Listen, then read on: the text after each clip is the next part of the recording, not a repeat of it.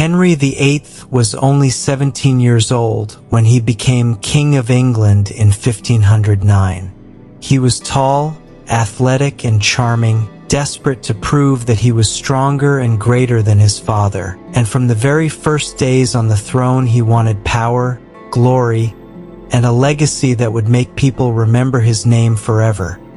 So he spent money freely, dressed like a warrior king.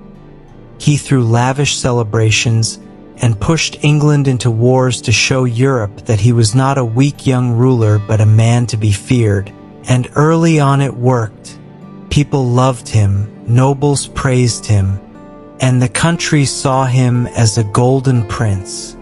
But behind that confident smile was a king who could not stand being told no. And when his first wife, Catherine of Aragon, failed to give him a male heir, that single problem began to consume his mind, because to Henry, a son was not just a child, it was safety, power, and the future of his dynasty.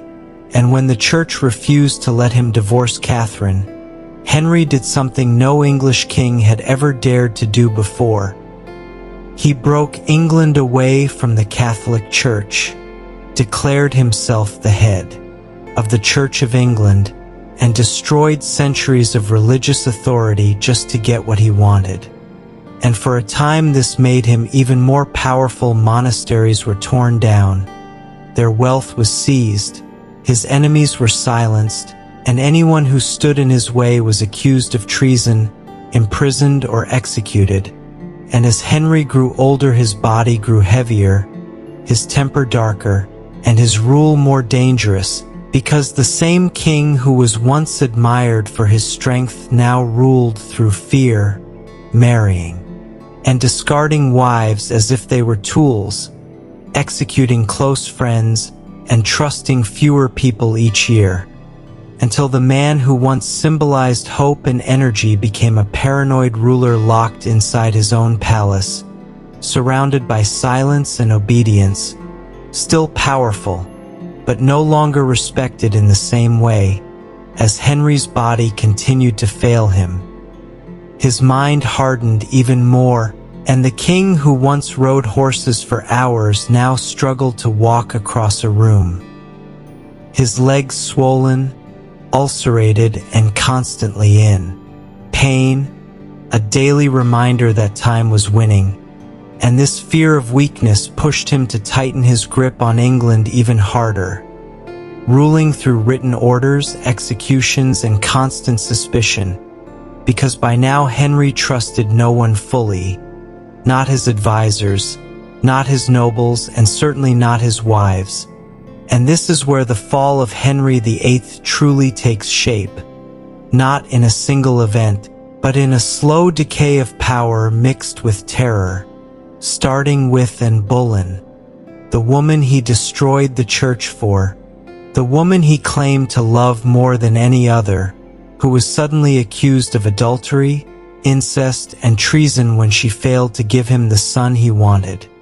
And in 1536 she was executed in the Tower of London, beheaded with a single swing of a sword, and Henry married again within days, showing the world that loyalty meant nothing if it did not serve his needs. And from that moment on, England understood a new truth, that being close to the king was more dangerous than being his enemy, because those nearest to him were the ones who fell the fastest, and his next wife, Jane Seymour, finally gave him what he wanted most, a male heir, Edward, but she died shortly after childbirth, and even this victory tasted bitter, because Henry had everything he asked for yet felt more alone than ever. And as years passed, his court became a place of quiet fear, where people watched every word they spoke, knowing one wrong sentence could cost them their head. And Henry encouraged this fear because it kept him in control, but it also isolated him, turning his rule into something cold and mechanical, driven by laws, punishments, and obedience rather than loyalty or love. And when he married Anne of Cleves for political reasons and disliked her the moment he met her, He quickly had the marriage annulled, humiliating her but sparing her life, which by this point was considered mercy. And then came Catherine Howard, young, beautiful, and careless, who briefly brought excitement back into Henry's world. But when rumors of her past and her behavior reached him, his reaction was swift and brutal, ordering her execution without hesitation, proving once again that the king's favor was temporary and deadly. And by now Henry was no longer ruling as a man trying to build something, but as a man desperately trying to protect what he had already taken, clinging to power while his health declined. His wounds worsened, and his temper grew shorter, and the England he left behind was deeply changed. Churches destroyed, traditions broken, families divided by religion, and a government centered entirely around the will of one man. And though his final wife, Catherine Parr, managed to survive him by being careful, obedient, and intelligent, even she lived in constant danger, knowing that one wrong move could send her to the same fate as the others.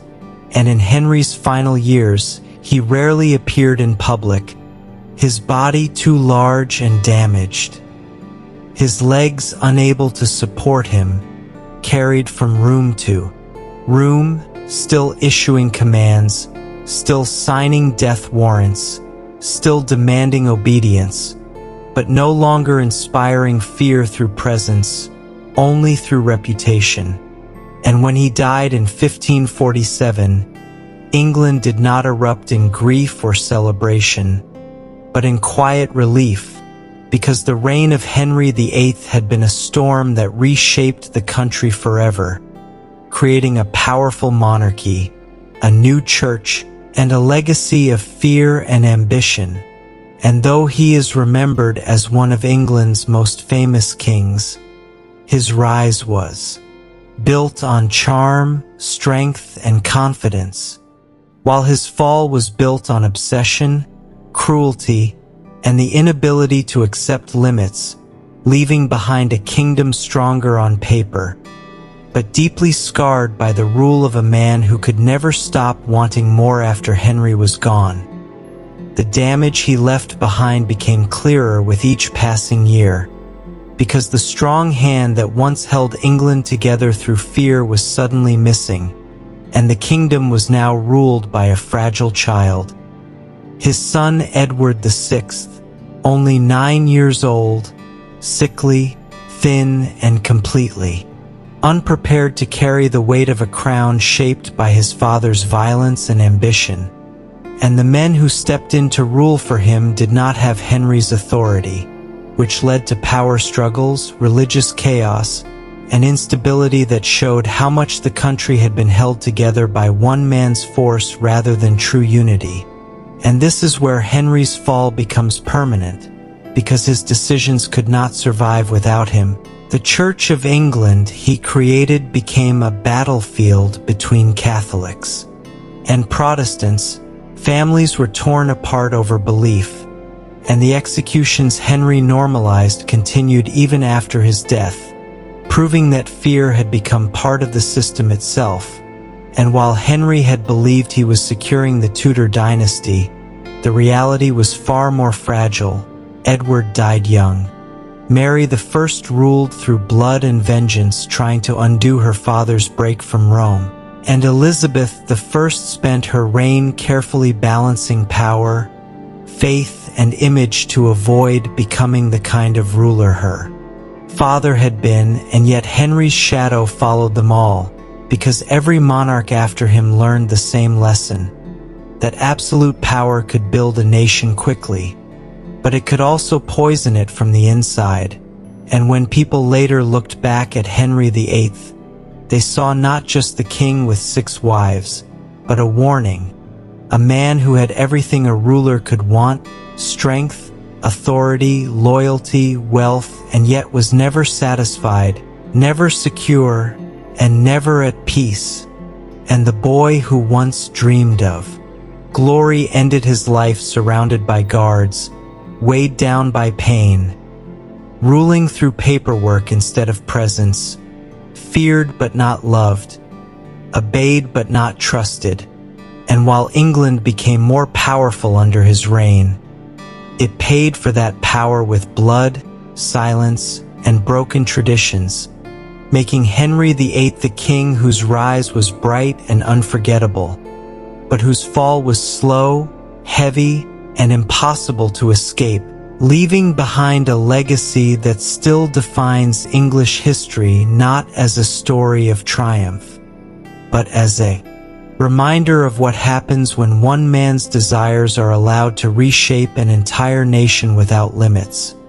Long after the Tudors were gone, Henry's presence still lived inside England's laws, its church, and even its fears, because he had taught the nation a dangerous lesson, that a king could bend truth, faith, and justice to his will if he was strong enough, and future rulers never forgot that, even when they pretended to rule more gently, and ordinary people remembered him too, not as a distant legend, but as a force that had reached into their homes, their beliefs, and their daily lives, because under Henry, neighbors informed on neighbors, priests vanished overnight, monasteries that once fed the poor were stripped and destroyed, and loyalty was no longer about honor but survival. And while history often reduces Henry VIII to his 6 marriages, the real story is far heavier, because those marriages were not romances. They were symptoms of a king who believed everything existed to serve him, including people, religion, and even time itself. And as he aged, Henry became obsessed with control, because control was the only thing he had left. His strength was gone. His beauty had faded, and the cheers that once followed him were replaced by silence. So he ruled harder, punished faster, and trusted less, thinking fear would protect him from being forgotten.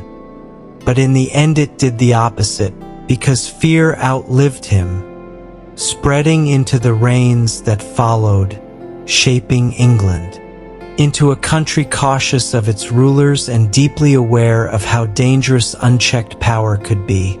And this is why Henry's fall is not marked by a single defeat or rebellion, but by the realization that his greatest achievement, absolute authority, was also his greatest failure, because it left England dependent on strong personalities instead of stable systems. And when those personalities were weak, cruel, or divided, the country suffered. And even today, Henry VIII is remembered not because he built peace, but because he broke foundations, reshaped faith, and proved that a king could change the course of history through sheer will alone, but at an unbearable cost. And the final truth of Henry VIII is simple and uncomfortable. He did not lose his crown. He did not face exile, and he did not fall from power in a dramatic way. Instead, he fell inward, trapped inside the world he created, ruling over a nation that feared him, carrying a legacy that could never love him back. And that is why his story endures, not as a tale of greatness, but as a cautionary reminder that the rise to absolute power is fast and thrilling, but the fall is slow, lonely, and leaves scars that last far longer than the man who caused them. Even centuries later, when England began to speak about rights, limits on kings, and the power of law over rulers, Henry's reign sat quietly in the background as an unspoken reason why those limits were needed, because people understood, even if they did not always say it out loud, that one man with too much control could tear apart beliefs that had stood for 1,000 years, and Henry had proven that tradition alone was not protection. And this is why his story refuses to fade, because it is not really about the past. It is about power itself, how easily it grows when fed by praise, how quickly it turns cruel when challenged, and how empty it becomes when nothing is left to conquer. And when historians later tried to measure Henry VIII, they struggled, because he was not a simple villain or hero. He was a king who loved music, learning, and laughter in his youth, who wrote songs, debated scholars, and dreamed of being remembered as a great ruler. But step by step he chose control, over compassion, obedience over trust, and fear over loyalty, until those choices became his identity. And by the end of his life, the crown he wore was no longer a symbol of honor, but a burden he could not set down. And the England he ruled was quieter, harsher, and more divided than the one he inherited. And while monuments, portraits, and stories keep his image alive, the truest monument to Henry VIII is the lesson his reign carved into history, that power without restraint does not collapse all at once. It hardens, isolates, and rots from the inside, leaving behind a legacy that forces future generations to ask not how strong a ruler was, but how much damage their strength caused. And that question, born in the shadow of Henry VIII, is what finally completes his rise and fall. Not as a king who lost everything, but as a king who gained too much and paid for it with the very humanity that once made him great. What finally seals Henry VIII's story is not what he did while alive, but what England became because of him. Because once his reign ended, people slowly began to understand that the terror, obedience, and silence they had lived under were not signs of strength but signs of damage. And that realization spread quietly through generations, shaping how the English people thought about rulers, law, and authority. Because Henry had shown them that a king could rewrite faith, erase centuries of tradition, and decide who lived and who died with a stroke of a pen. And while that power looked impressive in the moment, it left deep cracks beneath the surface, cracks that later erupted into rebellion, civil war, and demands for limits on the crown. And in this way, Henry VIII did not just change England during his lifetime. He forced the country to eventually push back against the very kind of rule he represented.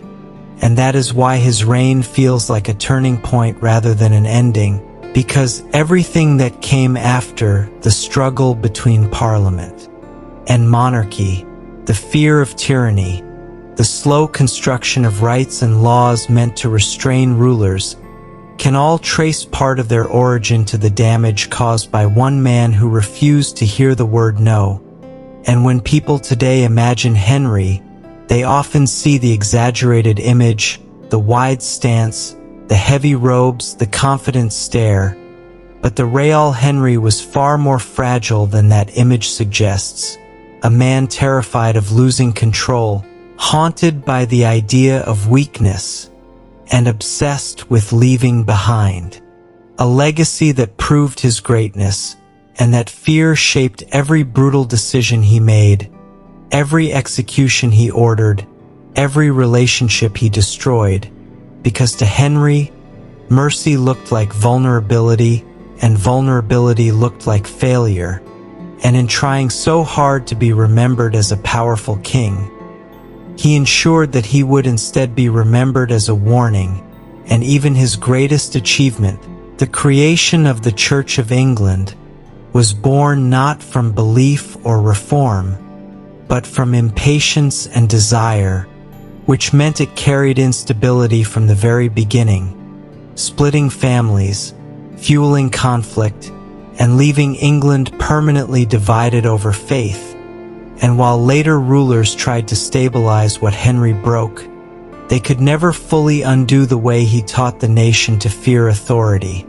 Because once fear becomes normal, it does not disappear easily. It sinks into habits, into silence, into the way people obey without trusting. And this is the quiet aftermath of Henry's fall, not a dramatic collapse, but a long echo of his choices rippling forward through time, shaping how England governed itself, how it questioned power, and how it remembered kings. And in the end, Henry VIII stands as proof that the rise to greatness built on ego and force creates a fall that stretches far beyond one lifetime.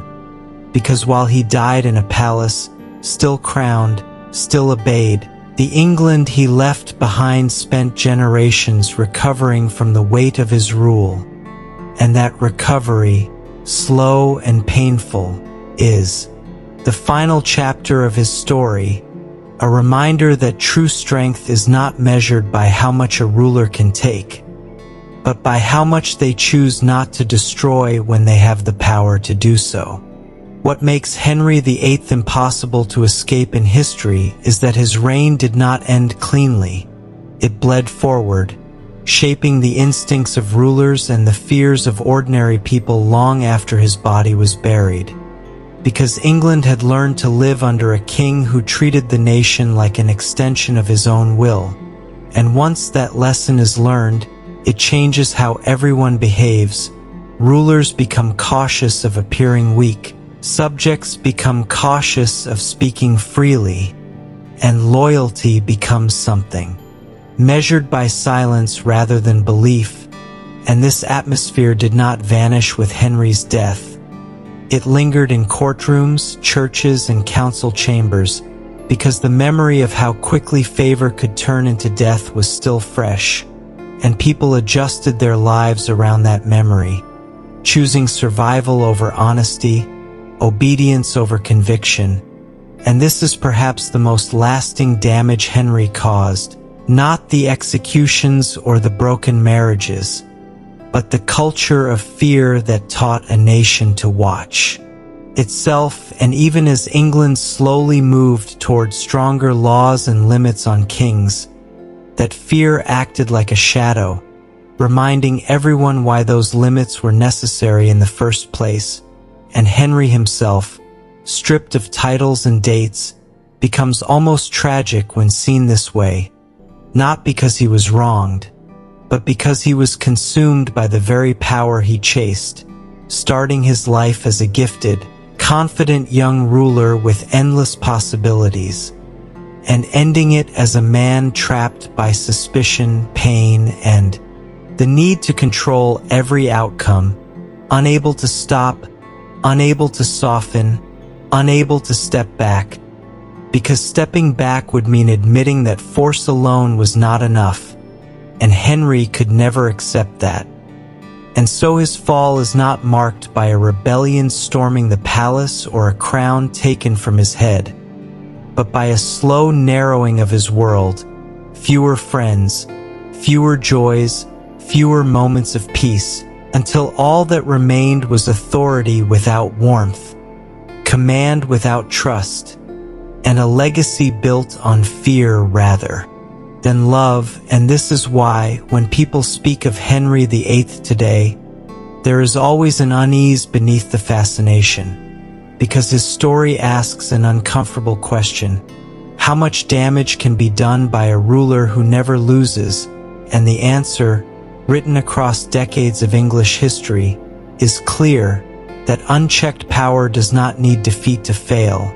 It fails by hollowing everything around it, leaving behind strength on the surface and weakness underneath. And that quiet contradiction, born in the reign of Henry VIII, is what ultimately completes his rise and fall, not as a king overthrown, but as a king whose victories carried the seeds of their own destruction, shaping a nation that would spend centuries learning how to protect itself from another ruler like him. And when England finally began to look back on Henry VIII with distance instead of fear, the picture that emerged was not of a monster born evil, but of a man shaped by unchecked praise, absolute authority, and the belief that his wants were the same as the nation's needs, because Henry was never taught limits, never forced to compromise, and never corrected when his power crossed into cruelty. And that made his fall unavoidable, because a ruler who never learns restraint cannot adapt when strength fades. and as Henry aged and his body failed him, the tools he once used to inspire loyalty no longer worked, leaving him with only punishment and threat. And those tools can control people, but they cannot hold a kingdom together forever, and that truth became clear in the generations after him. As England struggled through instability, religious violence, and political tension, all rooted in decisions Henry made to satisfy himself in the moment. And while later kings and queens learned to smile, negotiate, and perform mercy, they always carried the awareness that Henry's way of ruling was still possible, still dangerous, and still close beneath the surface. And this awareness slowly changed how power was viewed, turning kings from unquestioned masters into figures who could be judged, challenged, and eventually restrained. And in this strange way, Henry's excess forced England to grow, because the pain he caused created a hunger for balance, law, and accountability. And yet that growth came at a terrible cost, paid in blood, broken faith, and generations of fear, making Henry VIII a ruler whose impact cannot be measured only by what he built or destroyed, but by what he forced others to fix after him. And this is why his story feels heavy rather than heroic, because it does not end with resolution, but with responsibility passed forward, a warning carved into memory that power without limits does not simply disappear. It leaves scars that shape how nations think, rule, and survive. And in the end, Henry VIII did achieve what he wanted most. He was never forgotten. But the reason he is remembered is not for glory, romance, or greatness. It is because his reign showed the world how quickly a strong king can become a dangerous one, and how long a country must live with the consequences of letting one man's will stand above everything else.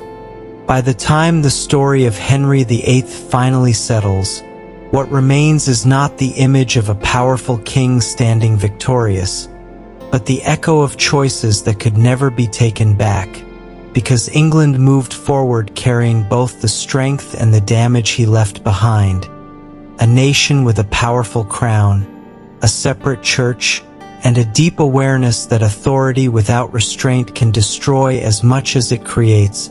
And this awareness slowly changed how rulers were judged, because greatness was no longer measured only by conquest or command, but by stability, restraint, and the ability to rule without terror. And in that sense, Henry's life became a lesson written into the fabric of English history, teaching future generations that fear can win obedience, but it cannot build trust, and power can force change, but it cannot guarantee peace. And as centuries passed, Henry's name remained famous not because he ruled well, but because he ruled too much, pushing power to its extreme and exposing its dangers in the process. And so the rise and fall of Henry VIII does not end with his death, but with understanding, because the young king who once dreamed of glory achieved everything he demanded, yet lost the very things that could have made that power meaningful: loyalty, peace, and human connection. And while he died wearing the crown, he did not die fulfilled, leaving behind a kingdom that survived him but was permanently changed by his will. And that contradiction defines his legacy: a ruler who strengthened the state while weakening its soul, who built authority while destroying trust, and who proved that dominance without wisdom leads not to greatness, but to isolation. And this is why history remembers Henry not as a hero or a villain, but as a turning point, the moment England learned what absolute power truly costs. In the end, Henry VIII stands as a warning more than a triumph, a reminder that power gained through force and fear may feel unbreakable, but it carries a slow and unavoidable price, paid not only by the ruler, but by everyone who lives under them, and while Henry's name will always command attention, his story leaves behind a quiet truth that echoes far beyond his time, that the strongest kings are not those who bend the world to their will, but those who know when not to, and it is in that lesson learned the hard way that the complete rise and fall of Henry VIII finally comes to rest.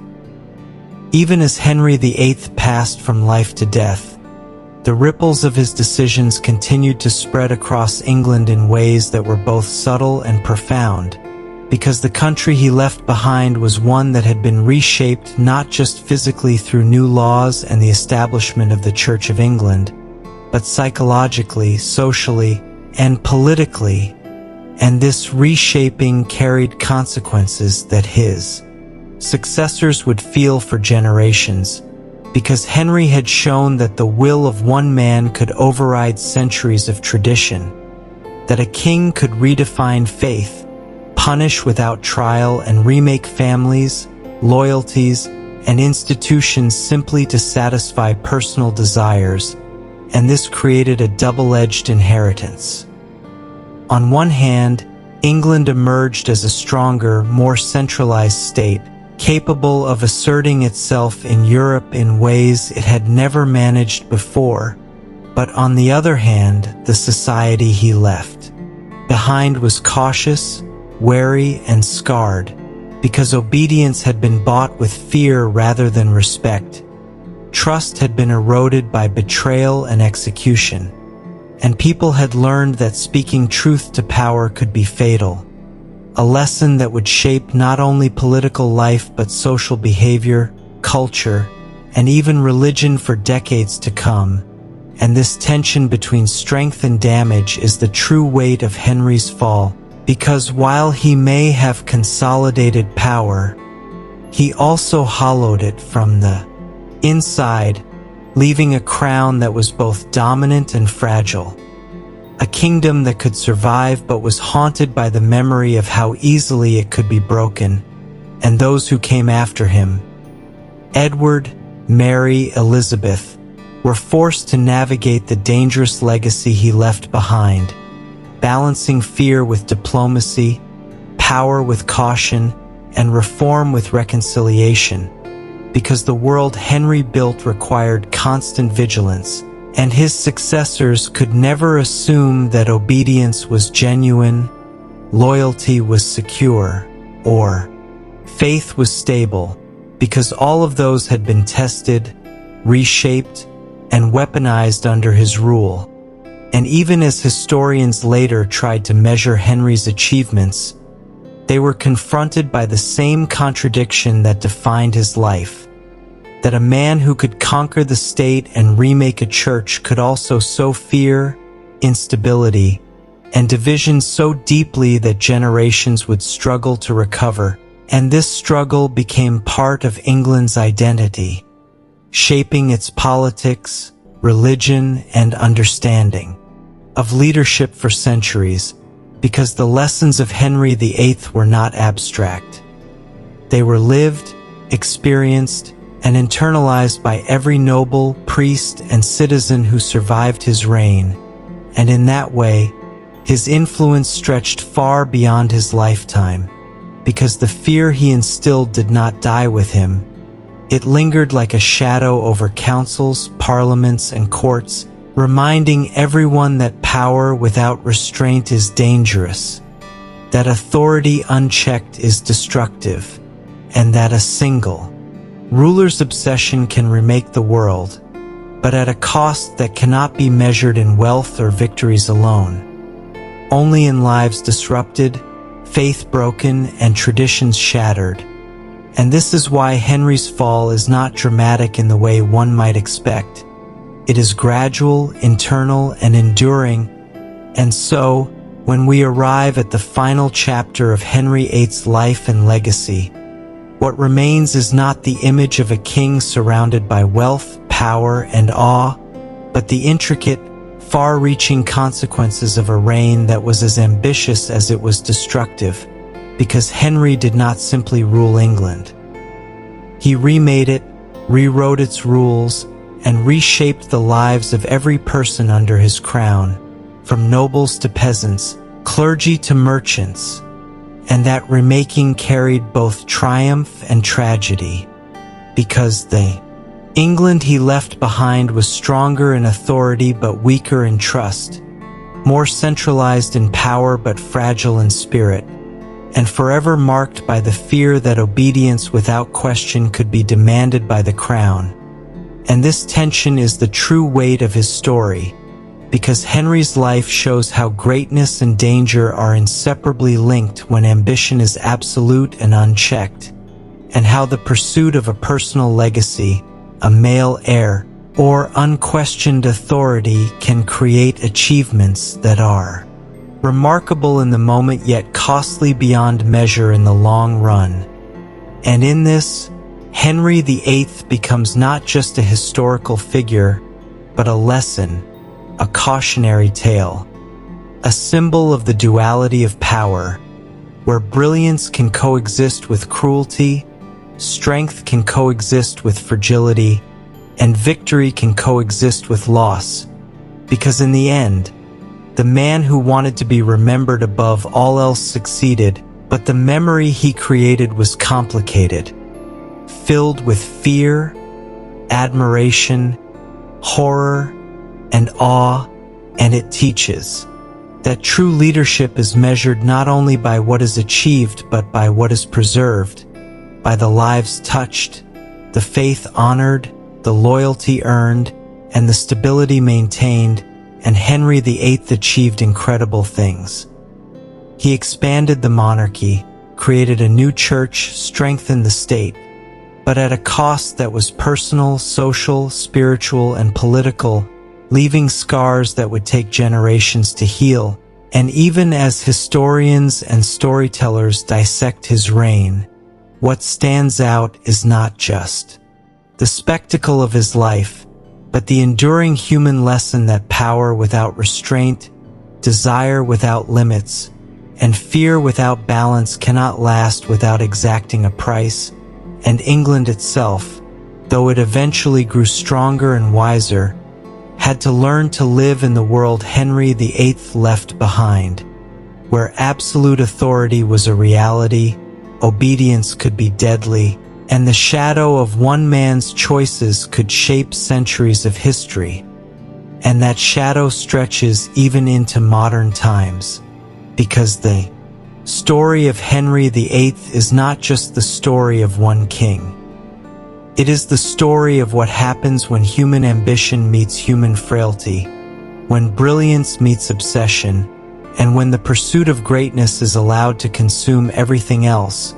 And in that combination, the rise and fall of Henry VIII finds its full meaning, a story not of a king who fell in a single moment, but of a reign that rose higher than almost any other and then fell slowly, painfully, and irrevocably, leaving behind a kingdom forever changed, a people forever wary, and a history forever marked by the lessons of a man who wanted everything and discovered, too late, the cost of taking it all. And as England continued to move forward, building law, faith, and culture around the memory of his successes, Henry VIII remained present, not in body, but in consequence, in every decree that limited a ruler, in every citizen's understanding of their own power, and in every monarch's caution, proving that his life, his reign, and his fall were not confined to the past, but lived on in the very fabric of the nation he shaped, a reminder that the mightiest rise can carry the seeds of the slowest, most enduring fall, and that legacy is measured not only in triumphs and crowns, but in the depth of the mark left on the hearts, minds, and history of a people. And in that, Henry VIII's story finds its final truth, a story of rise and fall so complete, so human, and so lasting that it cannot be forgotten, because it is not merely a story of power, it is a story of what it costs to chase it without limit, a story written not just in royal records, but in the very soul of England itself.